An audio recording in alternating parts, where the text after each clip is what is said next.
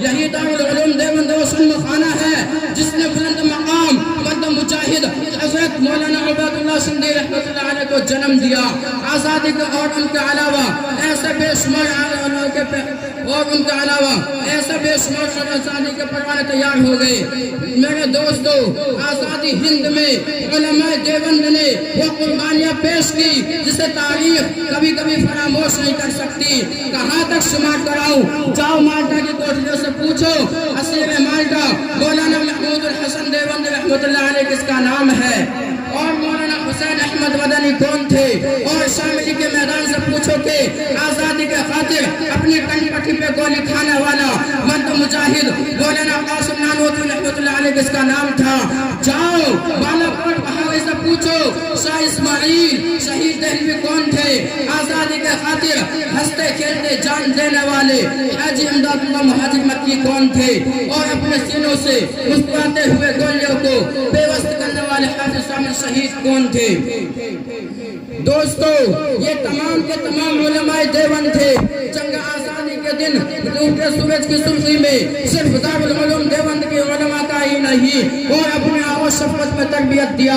دوستو، یہی تک بس نہیں بلکہ دہلی کے چاندنی چوک سے لاہور تک گئے روڈ کے کنارے تمام درختوں میں صرف اور صرف علماء کرام کی گردنیں لٹکی ہوئی تھی، جن میں علماء کرام کی گردنیں لٹکی ہوئی تھی۔ جنگ آزادی کے دن ڈوبتے سورج کی سرخی میں صرف دارالعلوم دیوبند کے علماء کا ہی نہیں بلکہ تمام مسلمانوں کا خون شامل تھا۔ میرے دوستو، اس لیے میں چیلنج کے ساتھ کہہ سکتا ہوں کہ اگر علماء دیوبند اگر ہندوستان جنگ آزادی میں مسلمان اور بالخصوص علماء دیوبند حصہ نہ لیتے تو ہندوستان کبھی بھی آزاد نہ ہوتا۔ کسی شاعر نے کیا خوب کہا ہے، اس بزم جنوں کے دیوانے ہر راہ سے پہنچے استا تک، اس بزم جنوں کے دیوانے ہر راہ سے پہنچے استا تک، ہے عام ہمارے افسانے دیوار چمن سے زندان تک۔ 100 بار سوارا ہے ہم نے اس ملک کے گیسوے پر ہم کو، 100 بار سوارا ہے ہم نے اس ملک کے گیسوے پر ہم کو، یہ اہل جنوں بتلائیں گے کیا ہم نے دیا ہے عالم کو۔ میرے دوستو، جب ہندوستان آزاد ہو گیا تو گویا مولانا قاسم نانوتوی رحمۃ اللہ علیہ بانی دارالعلوم دیوبند نے دارالعلوم کی بنیاد رکھی۔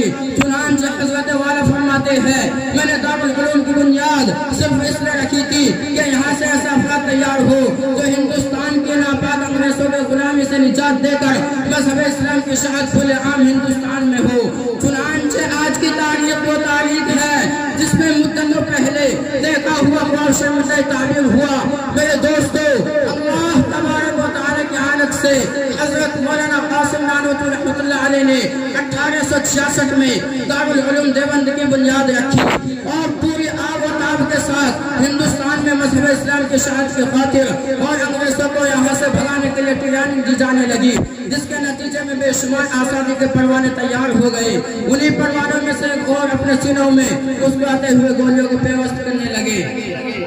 اس لیے میں فخر کے ساتھ کہہ سکتا ہوں کہ اگر علماء دیوبند نہ ہوتے اور دارالعلوم دیوبند نہ ہوتا تو ہندوستان کسی بھی صورت میں آزاد نہ ہوتا۔ اس لیے دعا کرے تمام علماء دیوبند کو، خصوصاً اور تمام مسلمان مرد مجاہد کو عموماً اللہ تعالیٰ اجر عظیم عطا فرمائے، آمین۔ شاد باشی و شاد سی اے سرزمین دیوبند، شاد باشی و شاد سی اے سرزمین دیوبند، ہند میں تو نے کیا اسلام کا جھنڈا بلند، وما علینا الا البلاغ المبین۔